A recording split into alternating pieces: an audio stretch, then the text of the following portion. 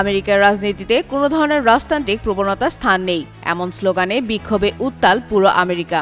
গণতন্ত্রের মূল শক্তি জনগণ। তারই প্রেক্ষিতে প্রেসিডেন্ট ডোনাল্ড ট্রাম্পের কর্তৃত্ববাদী আচরণের বিরুদ্ধে রাস্তায় নেমে প্রতিবাদ জানাচ্ছেন তারা। এই বার্তাকে সামনে রেখে নতুন করে গতি পেয়েছে নো কিংস আন্দোলন।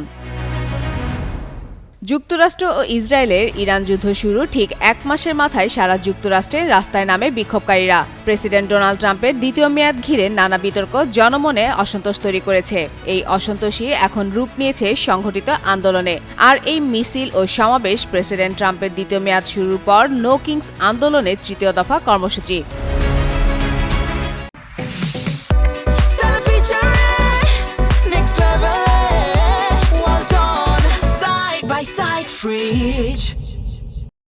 শনিবার দেশটির 50টি অঙ্গরাজ্যে 3000-এর বেশি কর্মসূচি পালিত হয়।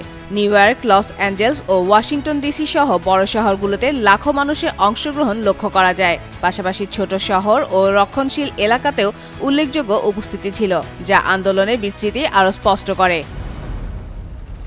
মিনেসোটার মিনিয়াপলিস সেন্ট পল এলাকায় সবচেয়ে বড় সমাবেশ অনুষ্ঠিত হয়। গত ডিসেম্বরে এই এলাকায় ট্রাম্পের অপারেশন মেট্রো সার্চের 3000-এর বেশি ফেডারেল অভিবাসন কর্মকর্তা ঢুকে বলপূর্বক বহিষ্কার অভিযান চালিয়েছিল।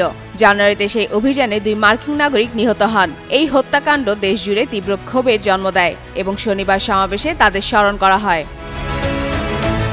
মিনেসোটা সমাবেশে বক্তব্য রাখেন প্রগতিশীল সিনেটর বার্নি স্যান্ডার্স। রক কিংবদন্তি ব্রুস স্প্রিংস্টিন ও লোকসঙ্গীত শিল্পী জুয়ান বায়াস সঙ্গীত পরিবেশন করেন। এছাড়া অভিনেতা রবার্ট ডি নিরো পূর্বে ধারণ করা ভিডিও বার্তা দেন। এদিকে ওয়াশিংটন ডিসিতে লিঙ্কন মেমোরিয়াল ও ওয়াশিংটন মনুমেন্টের আশেপাশে মিছিলকারীরা সাইনবোর্ড হাতে জমায়েত হন।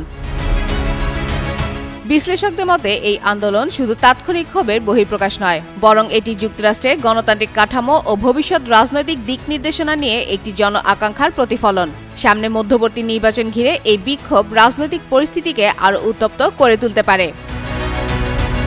ফাতেমা ফাতেহ জান, যুগান্তর নিউজ।